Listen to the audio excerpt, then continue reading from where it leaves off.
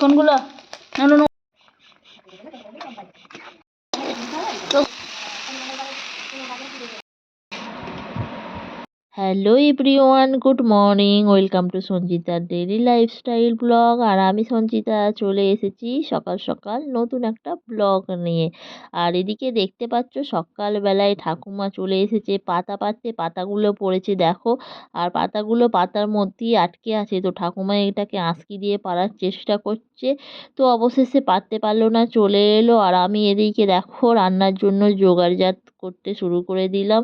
আর আজকে বানাবো পমফ্রেট মাছ। তো বাজার থেকে পমফ্রেট মাছ আনা হয়েছিল, সাথে আনা হয়েছে কলমি শাক। দেখতেই পাচ্ছ একদম টাটকা সবুজ সবুজ কলমি শাক। আর শাকটা তো ডেলি খাওয়া হয়। আর এদিকে দেখো আনা হয়েছিল ডাঁটা, আর সাথে কতগুলো উচ্ছে আনা হয়েছিল। তো উচ্ছেগুলো পেকে গেছে কিছুটা। আর এদিকে আমি ডাঁটাগুলো কাটতে শুরু করে দিলাম। আর সাথে ডাঁটা দিয়ে আলু দিয়ে ভাবছি একটু ঝোল ঝোল বানাবো। আর ঝোল তো আমাদের পুরো লেগেই আছে প্রত্যেক দিন। আর এদিকে ভাবছি করলা ভাজা করব, আর সাথে কলমি শাক ভাজা হবে। আর এদিকে একটু মাছের ডিমও আনা হয়েছিল পমফ্রেট মাছের সাথে, তা ভাবছি ওটাকেও একটু ঝাল ঝাল বানাবো। তো চলো এখন সমস্ত সবজিগুলো কেটে নিই। তো একে একে আমি ডাঁটা কেটে নিলাম, সাথে আলুগুলো কেটে নিলাম। আর আলুগুলো একটু বেশ বড় বড় করে দেব, কারণ আলুর সাথে ডাঁটা একটু বড় বড় করে না দিলে। দেখো সমস্ত কিছু কাটা আমার রেডি হয়ে গেছে। আর এদিকে আমি উচ্ছেটা কেটে নেব গোল গোল করে, কারণ উচ্ছেটা হবে ভাজা। আর সব কিছু মোটামুটি কাটা হয়ে গেছে। আর এই দেখতে পাচ্ছেন বাইরে বৃষ্টি হচ্ছে। আর চলে এলাম রান্না করতে। এই যে করলা ভাজা করব। আর এখানে এই যে দেখতে পাচ্ছেন মাছের ডিম, সাথে এই যে পমফ্রেট মাছ আছে।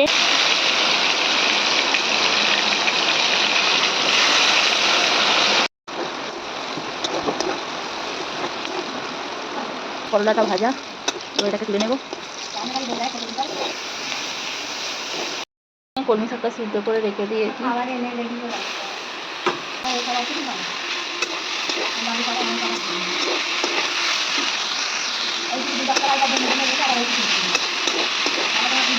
এদিকে করলা আর কলমি শাক ভাজাটা হয়ে গেছে।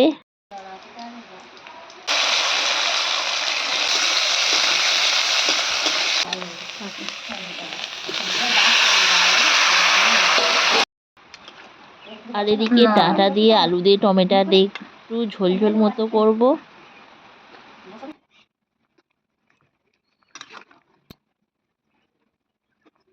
তো দেখো এটাও আমার কমপ্লিট হয়ে গেছে। এবার আমি মাছটা ভাজবো।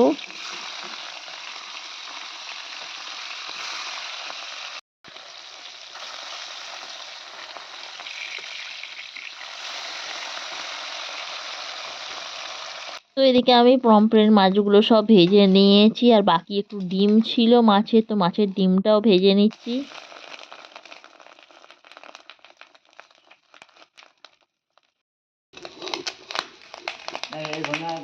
তো এদিকে মাছের ডিমের বড়াটা ভাজা হয়ে গেছে। আর এদিকে দেখো সর্ষে আর পোস্ত দিয়ে আমি পমফ্রেট মাছটা ঝাল করে নিচ্ছি। সাথে কাঁচা লঙ্কা বেটে নিয়েছিলাম, ওই জন্য গোটা কাঁচা লঙ্কা দিতে পারিনি।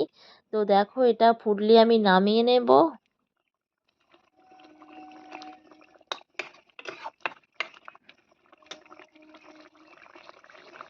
তো রেডি হয়ে গেছে আমার পমফ্রেট সর্ষে।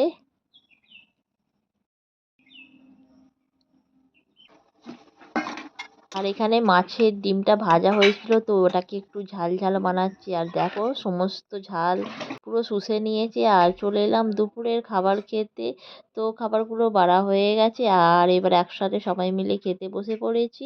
তো কেমন লাগলো ভিডিওটি অবশ্যই কমেন্ট করে জানাবে। ভালো লাগলে লাইক করো, শেয়ার করো। টাটা বাই বাই, সবাই ভালো থেকো, সুস্থ থেকো।